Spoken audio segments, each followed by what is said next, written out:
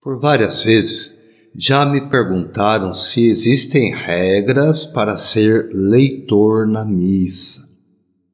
Talvez você já seja ou foi convidado para ser um leitor e pintou várias dúvidas a respeito de como deve ser feita a leitura. Será que existe alguma regra? Fique aí e descubra se há ou não regras, para ser um bom leitor.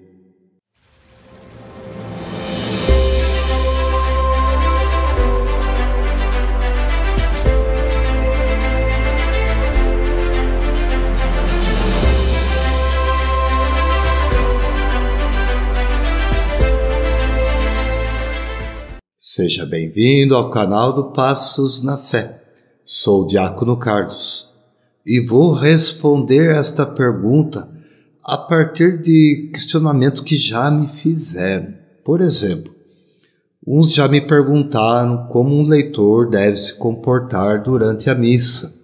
Outros perguntaram se as leituras do dia e os salmos devem ser lidas, proclamadas ou anunciadas.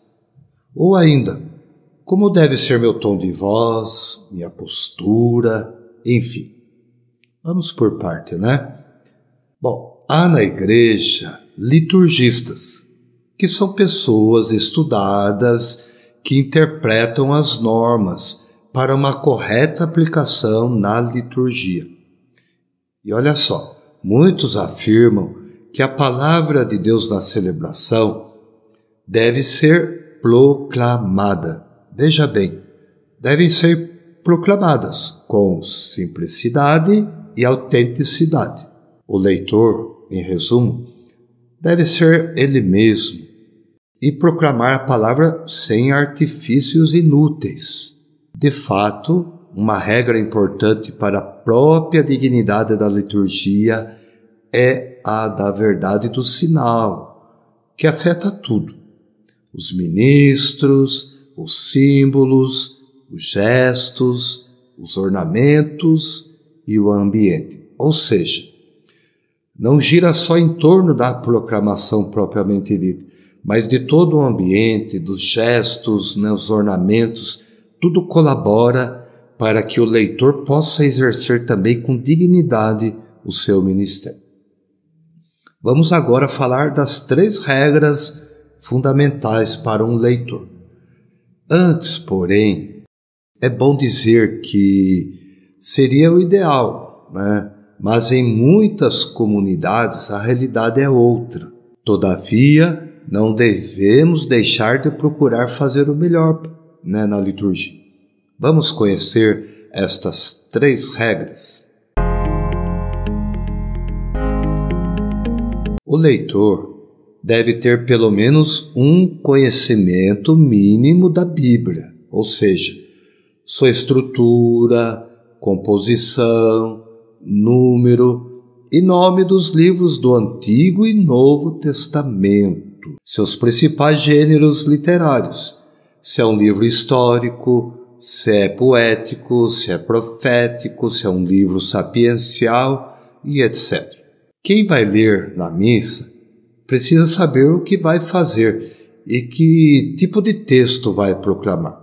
Isso é importante, que conforme o gênero literário, a entonação de voz, a postura muda um pouco.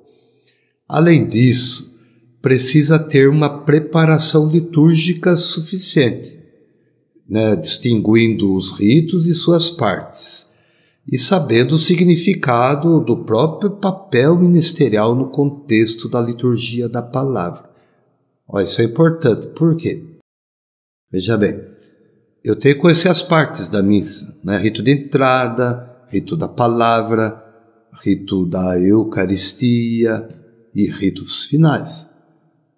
Eu tenho que não só ir lá para ler a palavra de Deus, proclamar a palavra de Deus. Então, ao leitor corresponde não só a proclamação das leituras bíblicas, vez ou outra também das intenções das orações dos fiéis e até de outras partes que lhes são designadas nos diversos ritos litúrgicos. O leitor deve saber como chegar ao ambão, posicionar-se nele, como usar o microfone e o lecionário. O lecionário é aquele livro onde contém os evangelhos, contém a primeira, o salmo e a segunda leitura, né? Então a gente deve conhecer, né, o lecionário, é importante. Imagina você chegar para fazer a leitura e ele está fechado, qual o tempo, né, litúrgico, qual é a leitura que eu vou ler. Obviamente, né, a gente se prepara, né, com antecedência, né? Bom, chegando ao ambão, então, né, se posicionar bem diante do lecionário, diante do microfone, né? E também o cuidado como pronunciar os diversos nomes e termos bíblicos, né?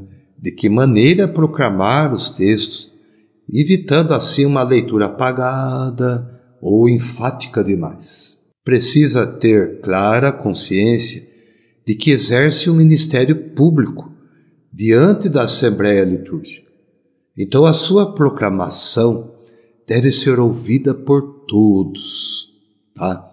Eu não chego lá cabeça baixa, falo para dentro, não. Eu vou falar para o público, para o povo presente na Assembleia, né? E no final a gente diz verbum Domini, ou palavra do Senhor, com o qual termina cada leitura. Veja bem, não é uma constatação, né? Tipo assim dizer, esta é a palavra do Senhor. Não, palavra do Senhor.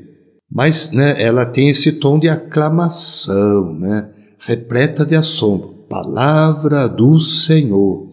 E deve despertar a resposta agradecida de toda a Assembleia, dizendo, graças a Deus.